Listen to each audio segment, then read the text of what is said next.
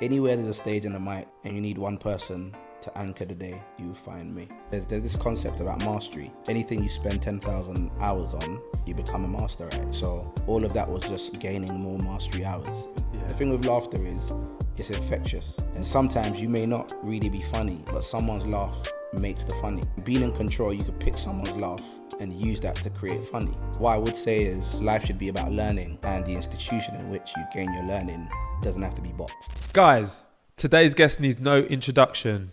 Andy Sarfo, aka Simply Andy, joins us today to talk about all things entertainment. From releasing an album at 12 years old to working his way up to hosting some of the biggest weddings in the world. Guys, this is one you do not want to miss. We chop up so much, and guys, I genuinely have never laughed so much in my life. And if you like what we're doing with the show, guys, make sure to like, subscribe, share, comment. You know how we do. Now, enjoy the show.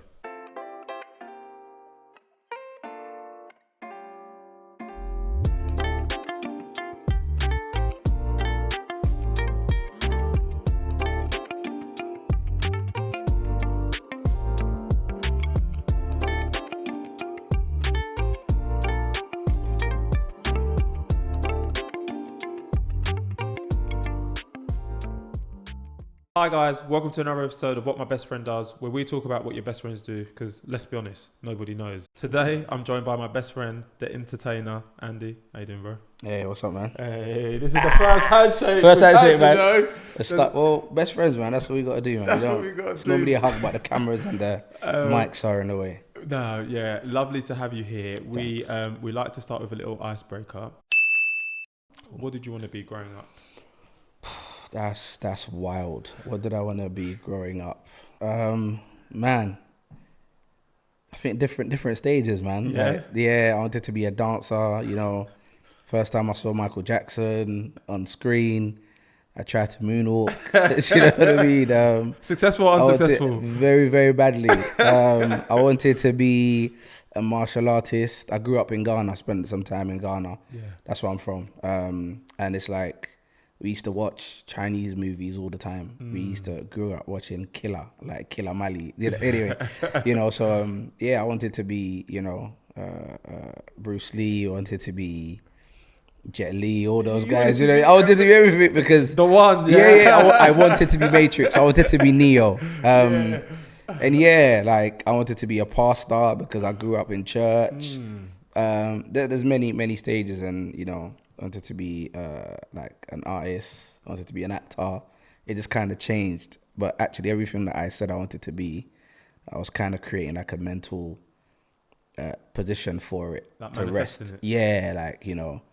And so a lot of those things that I wanted to be, I've kind of done. I love that. So, you know, you mentioned the fact there that you've kind of done a lot of those things. Let's take it way back. You know, you mentioned the fact that you're from Ghana. Can you talk us through kind of your upbringing and your journey through the various stages, I suppose?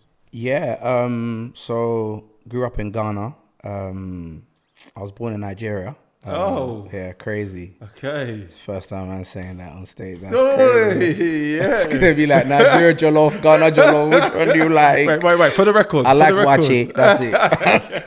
Do you know jollof is so like over flamed. Like he cares about jollof. Really? Like from when you have to fight about jollof, that means you don't have enough like cuisines in your artillery. Like, are you crying about jollof? That's a way to change the perspective. Do you know what I mean? It's like it's jollof. It's basic. It's like it's the most basic food.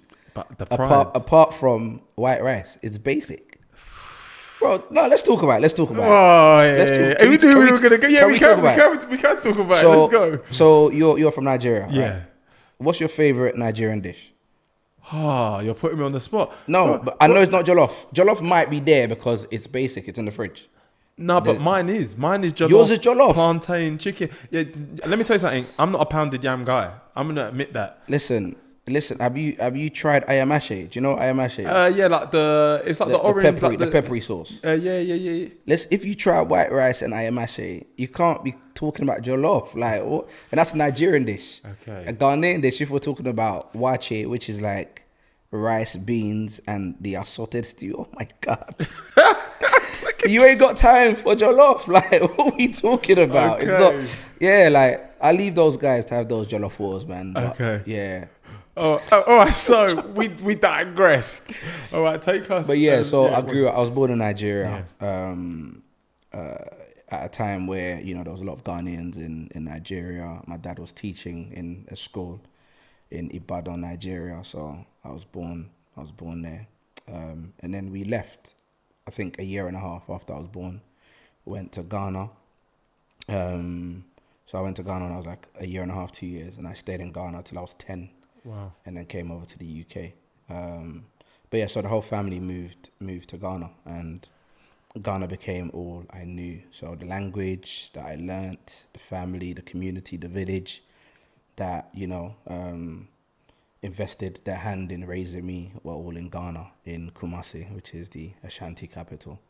And yeah, man, so that was the journey. My dad went to the UK. I think he came to university. He came to study in the UK. And then my mum followed. And then my siblings and I were in Ghana with my dad's sibling just for some time. And then at some point, we came to the UK to join them. So that was my journey in Ghana, man. How was it adjusting from Ghanaian life to English life? It was wild, man. Like, I remember my first shock was we got off at Heathrow. We got off at Heathrow. We arrived at Heathrow, and my mum was waiting for us because we travelled on our own. So they were like, "Why are these kids travelling on their own?" We got here, and my mum met us, and they did some interviews, whatever, and then we came out onto the other side, and we got into a car, and my first place coming to was Hackney.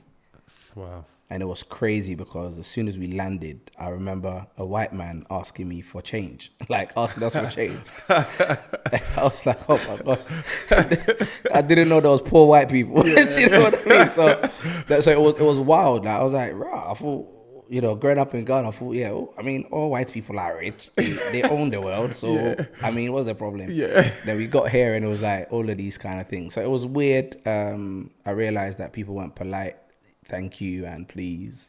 But growing up in a Ghanaian community, that is kind of embedded in our language. Even in the tree languages, a Kriapim tree is like Mipao Cho.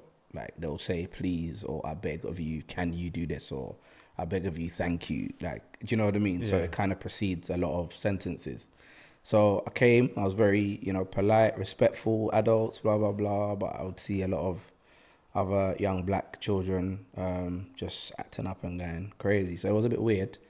Experienced some beef between Caribbeans and Africans. I was around for that. I was around for Nigerians versus Ghanaians. I was also around for that. So it was just weird. It was just really interesting. It was like a melting pot of so many different people that I'd seen on TV, in movies, and I was able to kind of see them in the flesh, kind of thing. I love that. Do you know, as you've just said, you're around for Africans versus Caribbeans, and was it Nigerians versus Ghanaians? Nigerians versus Ghanaians, yeah. I don't know if you've seen the video, but he's like, "You ain't comfortable in your own ends. I'm around." That's what came to my mind when you said that. But no, I love that. So obviously you're an entertainer, and you mentioned the fact that at different stages you wanted to do different things. Like, how early did you start entertaining, I suppose would be my question. So while I was in Ghana, age maybe 6, 7, whatever, I would like gather like pots and pans and I'll start drumming. Wow. Like, I was just quite, I wouldn't say musical, but I was just on making noise to kind of capture an audience, right? Yeah. So I would do that. And I remember there was a time, maybe I was 11, not too long after we'd come over to the UK. I was at church with my dad and my siblings. We were getting the church ready, arranging chairs and that sort of thing. We did that in the good old days, man. It was vibes. And while we were doing that, I was cleaning the church. Not church, because ER in the middle of 2 consonants is church, not church. Sorry. I'm sure you must have seen that video. It's a bit, anyway, so I was in church just tidying up, and then I started singing. Yeah. And then the pastor, Bishop Francis Sarpong, walked past. And he heard me sing, and he said, "Oh, you are a good singer. You have God in your voice. you will lead praise and worship this Friday. And then the following Friday, I sang some songs at church. And then I remember maybe like 11 and a bit, I sang, and then everyone put like £5 notes on my head, and they're giving me money. It was like a Nigerian wedding. Yeah. Nigerian party. Yeah, the but it wasn't dollar, it was pounds. It was real money. And yeah, so it just started from there, and then the pastor just showed a lot of interest in my skills, or in my talent, as it were, and he just would give me a lot of opportunity to get on stage to perform. And then my dad saw, cash cow. He's a very businessman. Oh, this boy is very talented. We will record you an album. Let's go to the studio. And then we went to the studio. Bless Uncle KB, passed away now, and Pastor Dan as well. They supported me, and we came together and released an album at the age of 12. It was a tree. Yeah, man, it was a hit. It did all right, man. I traveled the UK, bunch of churches, performing the songs, and like selling tapes. Yeah, and like as a 12-year-old, like, do you understand, like, in that moment, like, what you're doing? Because I don't think the typical 12-year-old is creating an album, touring, making money. Like, did you understand the gravity of what you're doing? No, I mean, rest my dad as well. He's passed. He chopped all the money. I shouldn't laugh. I definitely didn't understand. But, no, it's no, I didn't. I just enjoyed being on stage and just like singing these songs, man. I think you could be a performer and not necessarily be in entertainment. It's like a talent. It's a gift, and 100%. Depending on the container that you're given, that will then allow you to present that skill in whatever facet you're able to present it in. And I just enjoyed, some would say, center of attention. Maybe that's what it was, but I just enjoyed being on stage and doing something that I really loved and cared about. So I wasn't thinking about it. I think years on, I look back at it and I'm like, bruv, you did a lot. Do you know what I mean? On Saturday morning, when some of the guys were going football, you were going football, and then in the evening, you're going to a church in South London to go and perform, and then they'll put money on your head, and then you never see the money. But it was a vibe. I don't know what the lesson is there. There's no lesson. The lesson is you are not old enough to hold your own money. But yeah, okay. So you've obviously started performing so young. So as you like progress through secondary school, like, do you have an idea as to what it is you want to do? Like, do you want to go into further education, end up in university? Yeah, can you talk us through, after this experience, what you start to feel? So when I recorded the music, my head teacher at that point, in a school in Hackney, it's closed down now, not because it was bad, but the government didn't understand what was going on in the school. So they shut it down. Okay, it was bad. And not a lot of us made it out, but so the head teacher bought a lot of the tapes as well, just to kind of invest in this student that he's got in the school that's doing this thing.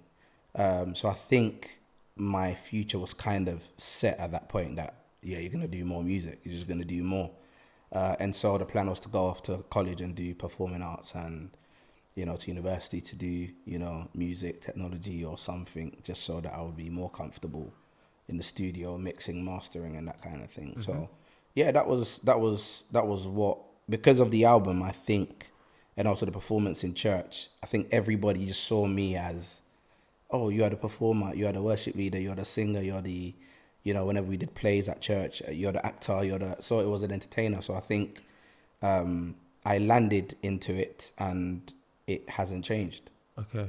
So just following on from that, like, so did you go to university and do performing arts? So I did go to university, and at the time I went just for my mum, because my mum just was like, oh, all my children will go to university.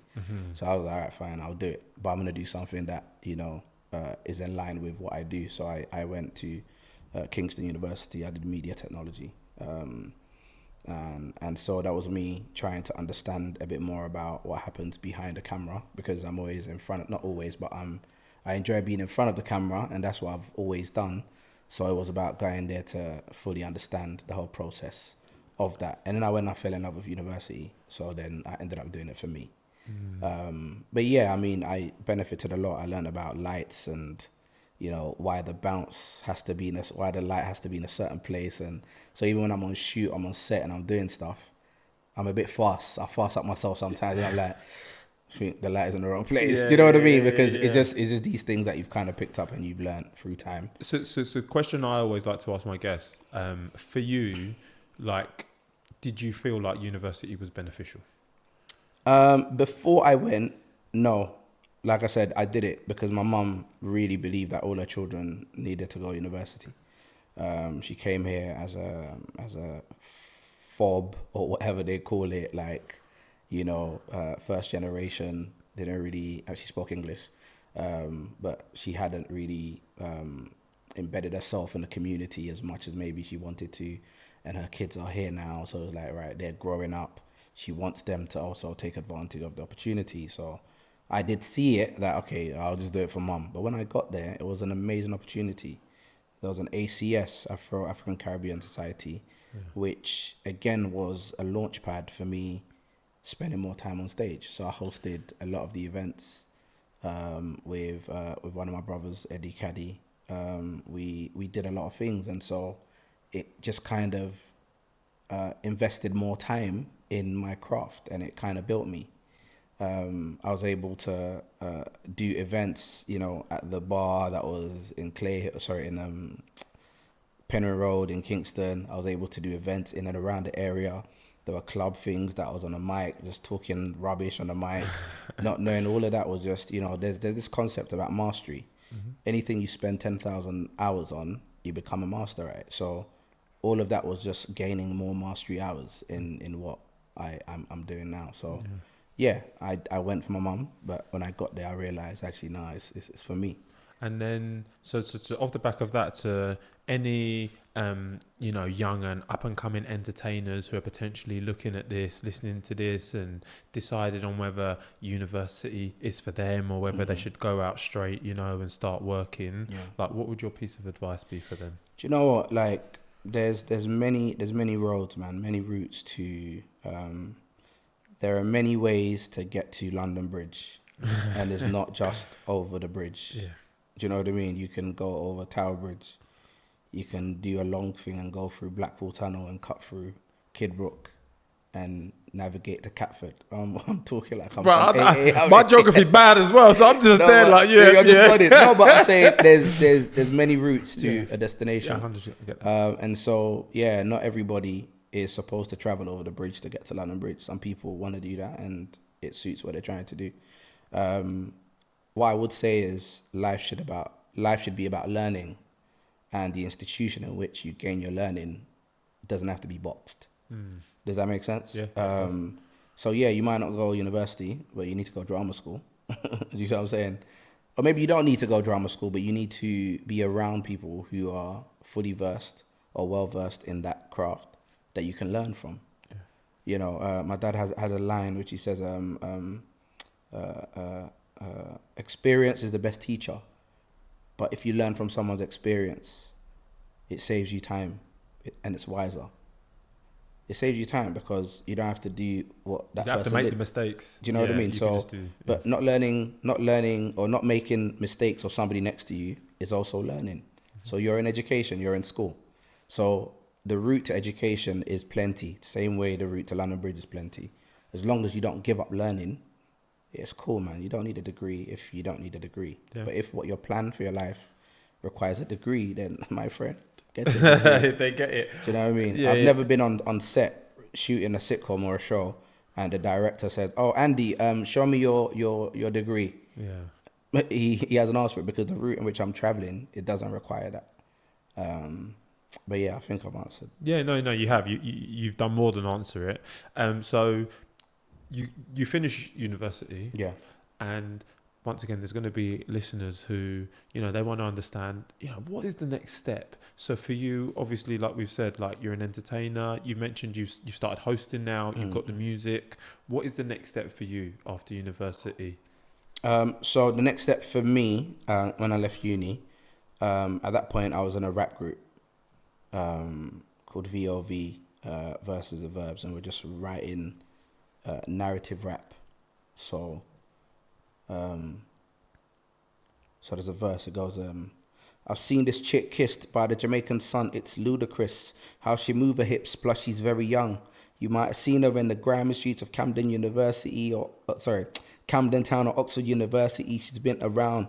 Hallucination, space, unicorns with purple teeth. Hope decide to break up this relationship, but left with lonely, cold nights with Mary Jane whispering, set my body upon fire. But no, say you're listening.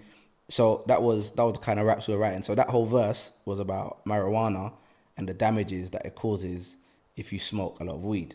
So we're writing narrative. So we'll pick an object and we'll personify the object and we'll make a rap about it. That's what we did, and we did very well. Went around again the UK doing all sorts of shows.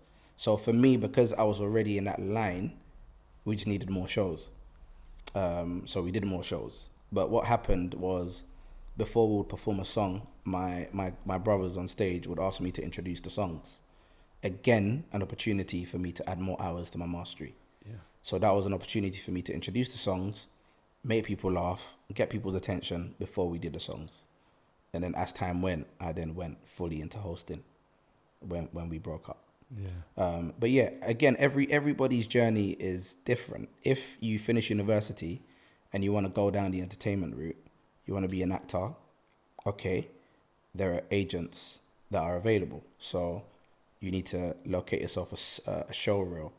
Obviously, you can't do a show reel if you haven't done any shows. So, but there are loads of monologues that are out on the internet that you can read and memorize and record yourself, do some self-tapes, and create a show reel and just put yourself out there. So there are, I mean, listen, when we started, when we started out, a lot of the opportunities that are available now, or a lot of the access that is available now, wasn't there. I couldn't tell you after uni, this is exactly what I'm going to do. But thankfully, there are people that have made so many steps and so many mistakes that you can actually look at someone's journey and say, you know, I'm actually gonna do this. Gonna do this, yeah. I love it. And you mentioned the fact that those the introduction of those songs is what kind of helped to build the hours towards the hosting. Yeah. Can you talk us through, like, how is it? You have the hours, but how do you go about winning business? In some ways, man, like I'm spoiled. Like God has spoiled me because, like, I pray, and my prayer has always been that God should like order my steps. Yeah. And whatever's mine is mine. If it's not mine, then it's not mine. Basic. Yeah. And so, from the moment I did my first event, from the moment I did my first event, it has then cascaded into doing a second event. Like referral after referral. Yeah, after like, referral I mean, after referral. Like, imagine being in a room and doing a wedding for one person, and then by the time it's like 5-6 years later, you actually did 10 weddings that were in the same room. Yeah. Like, as in the 10 people were there at that wedding, and you've done their weddings too. And then when they did their wedding, they invited people who weren't at the other wedding. They see you and then they invite you. So it's been very, what's the word I'm looking for? Organic. It's been very organic for me. So it's very difficult for me to advise. I can advise because I know what the route should be. If you want to be an MC, do an event for free, record it and make sure that it's a good edit, put it out on the social platforms. Sadly, that wasn't my route because when I did it, Instagram didn't exist. Yeah. Reels didn't exist. But 18 years later, I'm still here and I'm still hosting weddings. So I've been spoilt, man. Like, God just brings stuff my way. Like, even today, I was in a car and I got a call and I was there with one of my brothers. Big up to Gabriel. And we're just talking about like a project with a massive TV company. And because somebody gave them my name. Do you know what I mean? So it's weird. It's organic, and God has just spoilt me. Yeah. And that's why I just want to keep hammering down on the fact that I've just committed it into the hands of God. So in some ways, it's made me a little bit lazy, but it still pays because God still makes ways for me, man. One thing I will say, definitely commit it into the hands of God. But there also has to be action, right? And you've also had to deliver because some people will hear that and go, no. Jesus will take the wheel. Yeah. But You still Jesus has to take you somewhere. Yeah, Like, do you know what I mean? Yeah. If you don't have a destination, Jesus is just driving on a long road. I don't know, maybe is the M4 the longest road in the country? Once again, my geography. You know, bad. it's I don't know. okay, right? Do you know what I mean? You're gonna be on the M4, M1 or whatever, and you're just driving. You know, I've made myself available. You know, I heard something from Timo, who's like an amazing brother. He was talking about opportunity and preparation, and the cross section of opportunity and preparation is luck. And there is a way to improve or increase that middle ground by preparing yourself a lot. 100%. Now, every opportunity I get to, you know, perfect my mastery is preparation. So actually, when I say I commit it into the hands of God, God just presents me more opportunity. And because I'm ready, it bangs. Yeah. Does that make sense? So yeah, you're right. We don't want anyone thinking, sit in your house, you need a job, put your CV in the computer, and don't send it to anybody and pray. Yeah. The only job you're gonna get is jobless. That's all you're gonna get. But yeah, man, that's I love that. And for any aspiring MCs, we'll focus on that for now. Like, you've mentioned the fact that you can do an event for free, record yourself. Not everybody is blessed with like being funny, being able to read the vibe of a room and adjust accordingly. Yeah. What would you say makes a top quality MC? What skills? Top quality MC. That's a great question. A top quality MC is being able to be comfortable in any situation. Like, you have to be unshakable. You have to be. Let me go back. You have to be unshakable, but you also have to. You can be unshakable. You can be shakeable, but as long as you're in control. Does that make sense? So yeah, as in, your response can't be, they made me do this, or they made. Do you know what I mean? They made me do this, or they didn't make me. Like, you're in control. So actually, in every room you're in, you need to be in control. Yeah. It's weird actually, because there's some like power dynamics or like some control issues or something. Do you know what I mean? But it's like, you're on stage, something happens that is out of your control, but it's your responsibility to get control of that and make it work to your advantage. Yeah. So for me, it's the ability to be able to improvise. It's the ability to be able to see the room, read the room, and make it work. You talked about being funny. You don't have to be funny. Not everybody's funny. But every room needs an MC. It helps though. It helps, but not all. I mean, okay, I've MC'd at funerals before, right? Yeah, I can see your face, yeah. I've MC'd funerals, and because I'm funny, or because I've got jokes, or because I can make jokes, I'm funny, that sounded so arrogant. Because I can make jokes, I made sure I spoke with the family, the bereaved, and asked them the mood they wanted to set for the day. Yeah. And they said to me, Andy, do your thing. And everybody cried and laughed, and it was amazing. Yeah. But somebody else could have done it very serious, and it would have been fine, because it's a funeral. Are you with me? Obviously, if you're not funny, don't go and host a wedding. If you're not funny, don't go and host a comedy show. You see what I'm saying? But if you're hosting a corporate gig, I mean, I've done corporate gigs where there really hasn't been much to do, but just reading off a set of things where it's quite. But again, because I can make jokes, I only feel control if I only feel I'm in control when I'm making a few people laugh. Yeah. So that is my superpower, and so you will find it when I'm in the room or when I'm on the stage. But I know loads of MCs, respectfully, who are not funny, but they're very good at what they do. Yeah.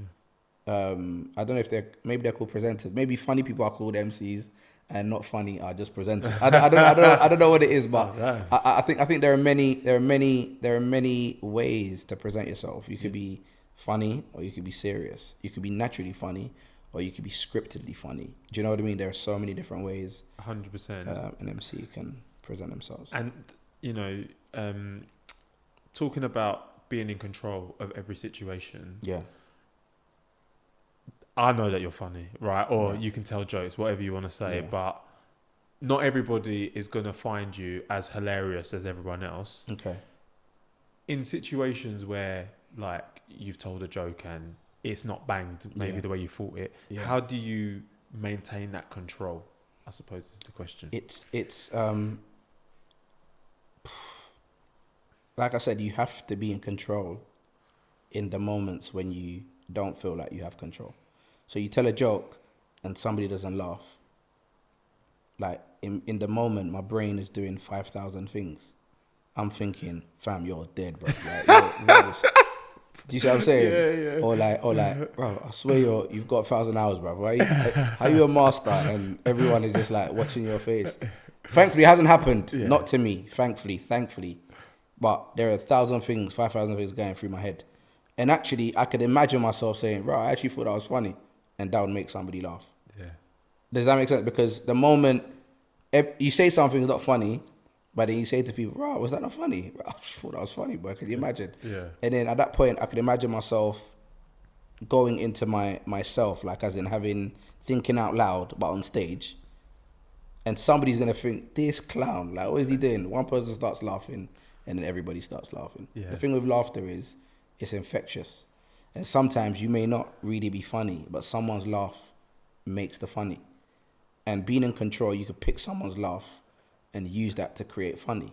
So it's just about being aware of your environment and just being prepared to just jump on any situation that gives you back the control for the room. I love that. But it's years though, as in like, of course. do you know, some people have it straight away and some people just don't. I've seen people who didn't have it and years later they've got it. Yeah. I hear that. And I think just like hearing you talk there, like even I've just taken a takeaway, right? Like not everybody in the room might find you funny, but if you find that one person, like you said, who has the funny laugh and you focus on them and using them as the infection point to the rest of the room, you can turn like a neutral into a positive. 5, so 1,000%. I think it's great advice. 5,000%. The next thing I want to say, so you touched upon the fact that you can MC a funeral. Yeah. So there are like many different ways you can host. Yeah. Can you take us through some of the different mediums within which you host? Is it majority weddings? Majority weddings, birthdays. It's weird. As I've grown older, I realized that the events that I'm doing are also maturing. So, like I said, it's corporate events. I host an event in Tower Hamlets with the mayor's ball, they call it, every year. And it's just the mayor of Tower Hamlets coming together with loads of bling wearing mayors. Yeah. And they have to go up on stage and just like entertain or kind of keep them entertained. There's, like I said, there's weddings, there's baby showers, there's like club events where someone might do an event and they want you to just jump on the mic and MC with a DJ. So I've got a lot of DJs that I work with, and if they've got an event where they need someone to chat on the mic, I would go ahead and I'll just jump on the mic and you know those guys like, yo, inside the everybody be this, you know, all that stuff, just talking on the mic. I do stuff like that. And again, like I said, funerals. I try not to do too much of that because funerals are very, very like deep for me because of certain things that I've been through myself. So, but yeah, I've done some funerals and they were like friends of mine who we sent off. And yeah, to be honest, wherever there is people getting together, I've done like festivals, I've done, do you know what I mean? I've done party in the parks, I've done, do you know what I mean? There's, any event where someone has to anchor the day, I'm there. I've hosted church events, gospel concerts, comedy shows, anywhere there's a stage and a mic, and you need one person to anchor the day, you find me. I love that. And just like hearing all of the different events, to somebody who's like, I see myself doing this as a career, like you don't need to talk about specifics, but I'm thinking in terms of like payment and like negotiating fees, how do you ensure that you're receiving your value for every project that you work on? And sometimes are you just doing it for free because it presents like another opportunity? That's stress. Yeah, that's stress. That's a stressful question. Oh, is it? Okay. I'm stressing out. If I say I've done things for free, some people are gonna be upset. They're gonna say, "Bro, Andy, hold on a minute, bro. I called you for my mom's 50th. Let's talk hypothetically. And you told me that you don't do free events, and now you do free, bro. Allow it. No, I think when I started out, it wasn't about getting paid. It was about doing it because, bro, I just came on stage and everybody was laughing. It was about that. And then I realized, I'm traveling for these things. It's costing me to come out. So then we just started charging a little £200. And there was a little £300. And then there was a lot. I don't know if the tax man is watching. Yeah. You know what I mean? But then it became gift aid. We're doing it for gift aid. Just free. But yeah, so I think it's about reading the room and reading the journey. Do you know what I mean? So people want to come in and want to say, I'm charging £1,000 as an MC. Bro, sis, nobody knows you. Yeah. Like, what have you done? Because ultimately it's about what you've done. It's about your mastery hours. Maybe you created your mastery hours in a different medium, but nobody knows. So because people don't know, they're not going to be comfortable. Back to the beginning, yeah. To pay you that kind of money. Yeah. I received some advice from one of my uncles, Uncle Nigel from Favour Catering. And I got a call one day, and a guy called me and said, Andy, I saw you hosting a wedding in Greece, Santorini, and the DJ was not that great. I won't tell you his name. So I jumped on the decks and I was DJing and hosting at the same time. I had just started learning DJing, so I was DJing and then on the mic, and then he was like, I saw you hosting this wedding on video because you put it out on social media, and I've got a wedding in Dubai and I want you to come and host it. I was like, all right, cool, well, tell me more. And he was like, all right, cool, so I'm going to sort out your flights, sort out accommodation, and I'll give you like £300. All right, cool, fine, sorted. And I was like, sorry, I don't charge £300. Yeah. But yeah, but it's Dubai though, bro. Like, what do you mean? I'm flying you to Dubai, bro. Like, and I said, yeah, I don't care for Dubai. I'm so sorry. Yeah. I've got family. I don't care to leave my family to come and collect £300 just to go and see Burj Khalifa. Like, what's that all about? Yeah. You know, I think it's about. And then what Uncle Nigel said to me was, Andy, not every event is your event. It's about knowing your value. So just to go back to your question, it's about knowing your value and not allowing people to play with your mastery. Yeah. So it's about knowing your mastery, knowing what is worth to you, and knowing when to say no. And it's hard because it's money at the end of the day. You're like, right, if I was working corporate, like that's like £200 a day, bro. I got a gig for 300 in Dubai. Yeah. I'm gonna be next to Burj Khalifa. Like, I'm gonna take it. But the reality is, well, what's your value? Like, yeah. If that is how you can be bought. Everyone's been bought for their time. Do you know what I mean? But if you can be bought for that price, then big man, do your thing. But yeah, that was not me. Respectfully. No, I love that. We've spoken a lot about mastery and putting in hours. Have you drawn inspiration from? You said that not too many people had gone before you, right? Because there wasn't Instagram, this, that, and the other. But maybe had access to TV. Yeah. You know, maybe saw some of the comedians in America, some stand up. Yeah. Like, where is it that you've drawn inspiration from? Do you know what?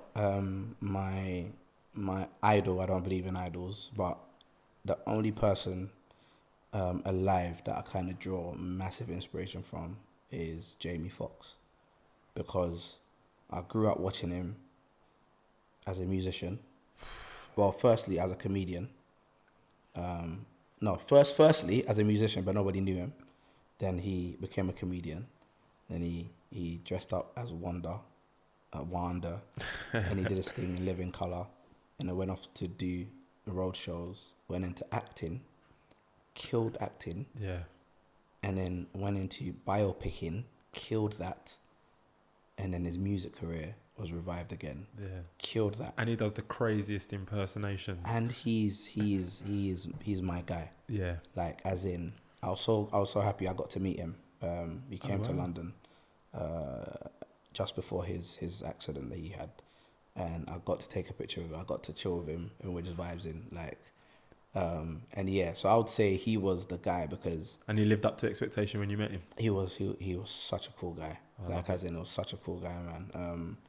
Yeah, like he was my friend had been telling him about me, and I didn't know. So when he saw me, like, oh, you're Andy? Like, I was like, nah, stop it, bro. I'm fanning out right now, bro. I'm like, oh my God, Jamie. Well, obviously, man's a bad man. You know what I mean? So, man, I was like, yo, well done, Jamie. Yeah, welcome to London, my guy. And I got home and I cried like a baby. You know what I mean? I was like, I'm never washing my face again. But no, like, he was the guy because, like, on one hand, we can do comedy. On another hand, we can do acting. But we also love music, man. Like, I'm in the studio, I'm recording music, and I can do a few voices here and there.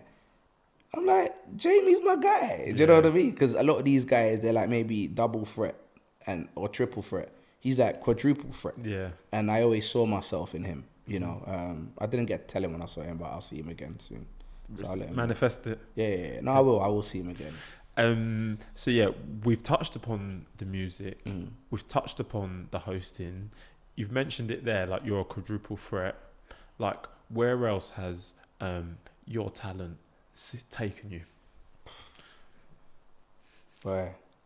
So the scripture in the Bible, which says, your gift will make room for you, and it really has. Like, as in, I was invited to see Prince Charles before he became king. Ooh. Yeah, I was in a room, like, you know, came, oh, hi, hello, how are you? Are his fingers really that? Like... It's big, bro. It's got Yeah. long hands, bro. Like, that skeleton, that was crazy.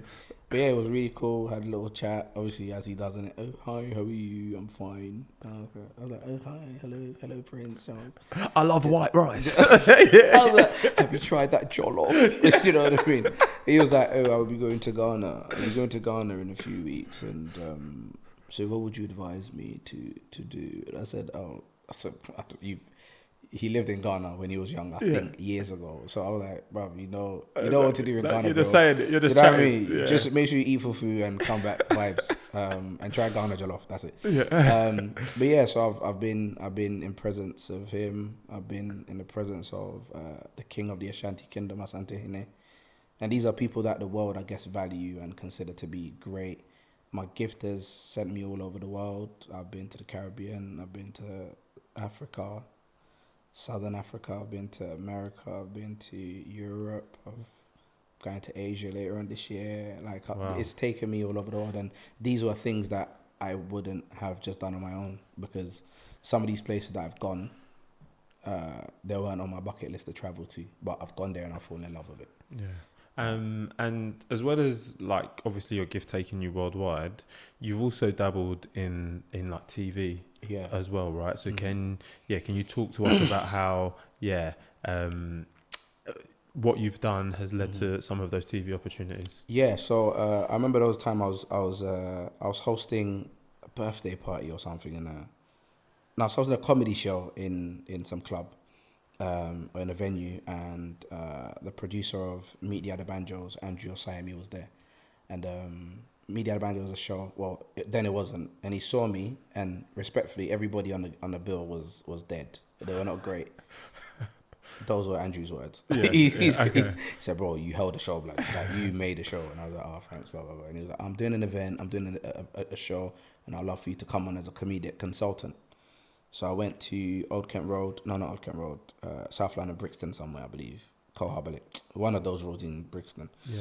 And we did a table read, and we read this script, Meet the Adebanjos, and I was like, wow, this is crazy. The Asians have Goodness Gracious Me. The Caribbeans have Pork Pie and Desmond's. But Africans didn't have anybody apart from, there is an old African saying. So I was like, this is actually momentous.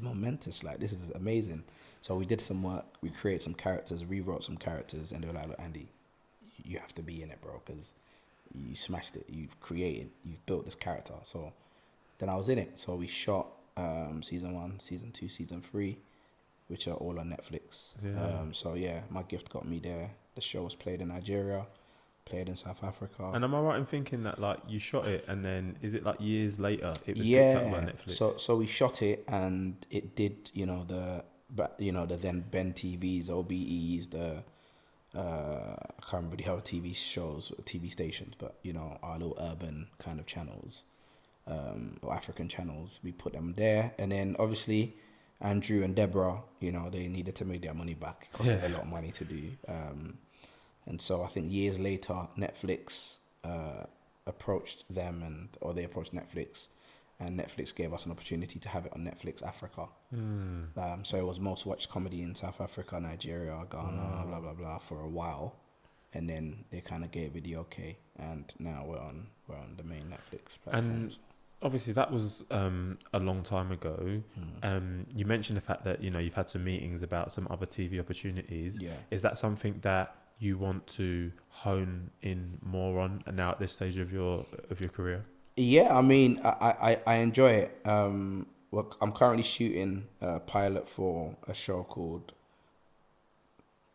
I can't say. I'm shooting. Okay, yeah. I was just about to say, it's a pilot called this, and the characters are like that, and it's amazing. And then tomorrow someone's gonna steal it and do it. Yeah. But yeah, I'm currently shooting a pilot for a show, and I love it, man. I'm on set and I'm thinking, learning these lines, man, is amazing.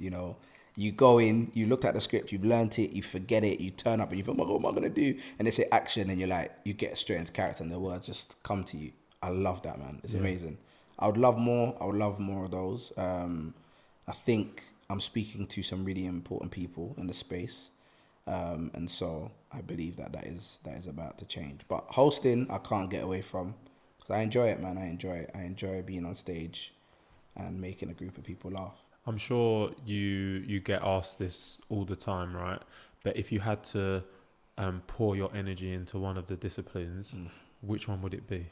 Stress. Bio, who sent you? No, later. Which one would it be? I think it'll be acting. Okay. Yeah. Manifest that then. I think it'll be acting, yeah. Because I love it, man. I love it. You love it? Yeah, I mean, I love all of it. It's unfair, actually. Do you know what? Scratch that answer. Please, re-edit, cut the thing, and delete it. Yeah, I can't pick. I think it's all... The reason why I love Jamie Foxx is because he can do a one-man show, go from telling jokes to sitting by the piano, making up a song on the spot, inspiring everybody, and he's triple threated. Yeah.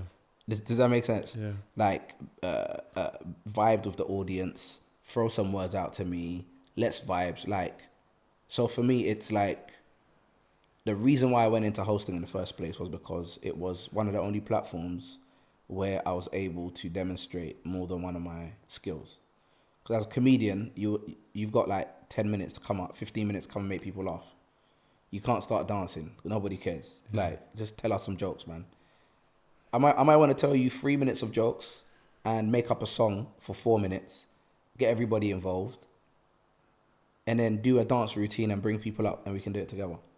So the only environment that presented that was MCing. Yeah. So it wouldn't be fair to choose any one of those gifts, but I definitely have enjoyed doing more acting and I would love to do more of that. Mm-hmm. But I don't want to do less of anything else. Okay, I hear that. Being an entertainer, what would you say the most stressful aspect of it is? The stressful, wow.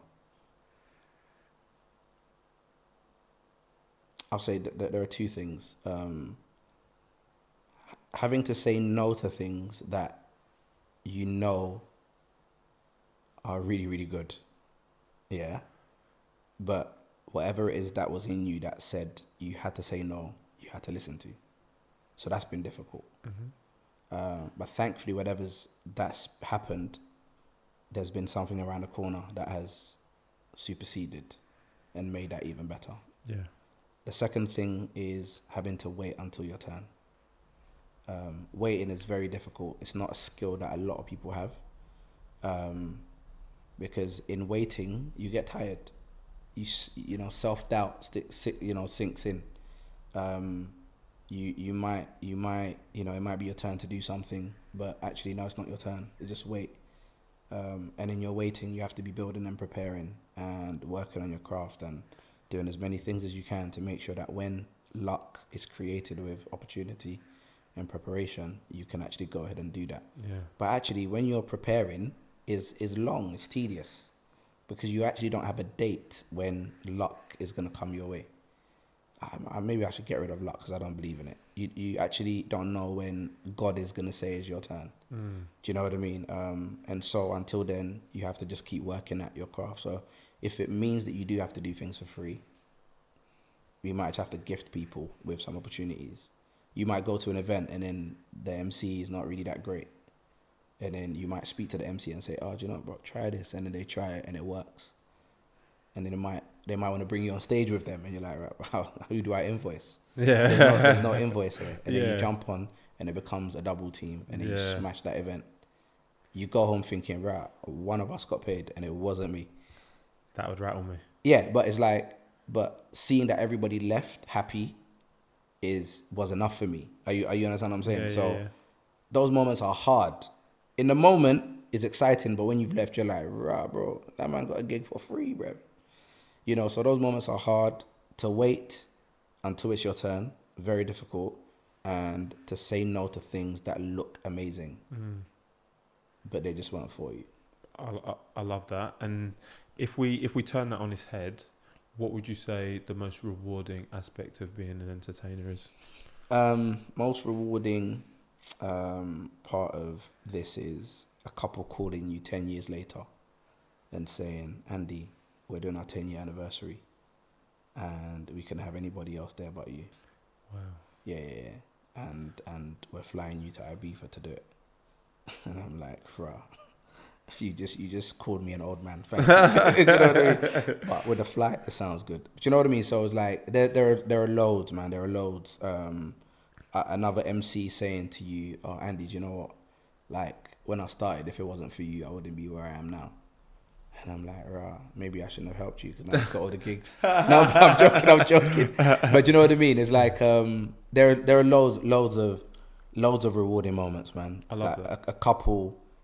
A couple walking away knowing that you've added value to their special, to one of the most happiest day of their lives. It should be, hopefully, if they don't do it 3 or 4 times.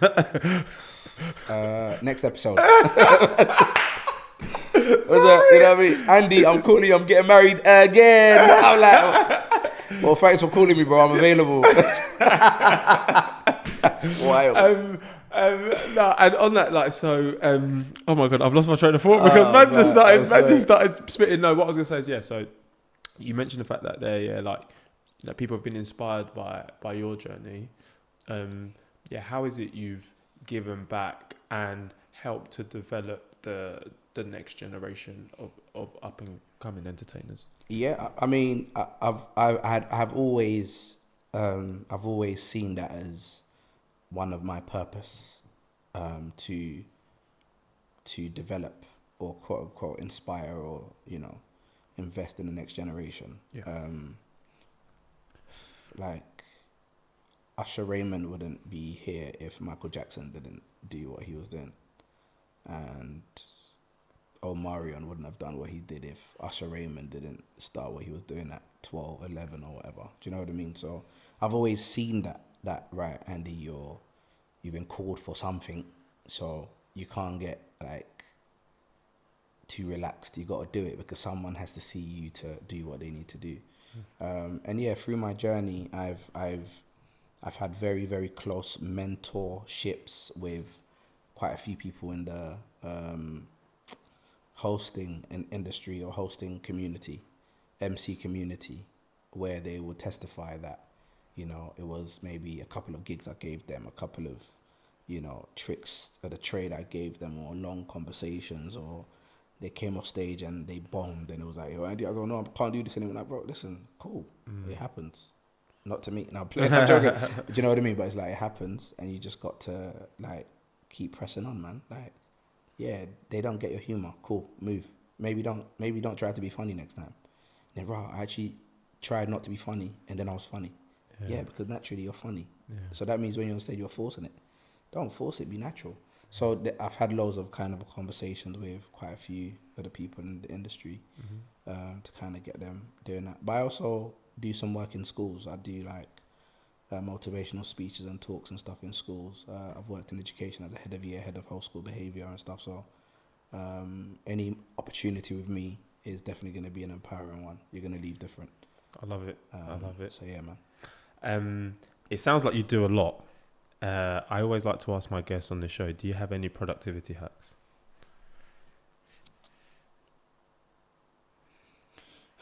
productivity hacks.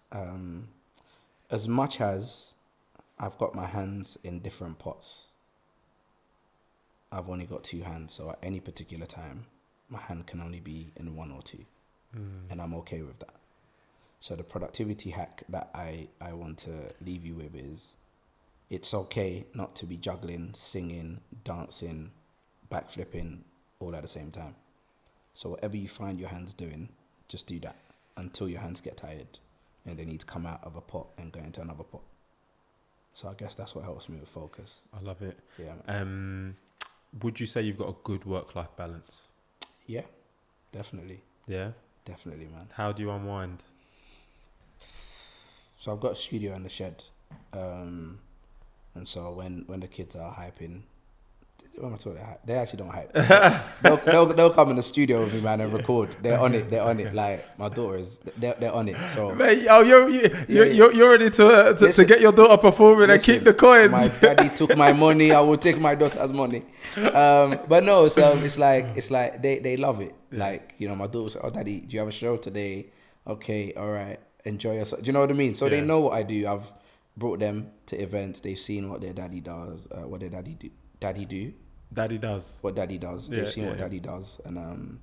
And yeah, man, I unwind, I travel, I make music that people haven't heard yet, some of them, and some they have.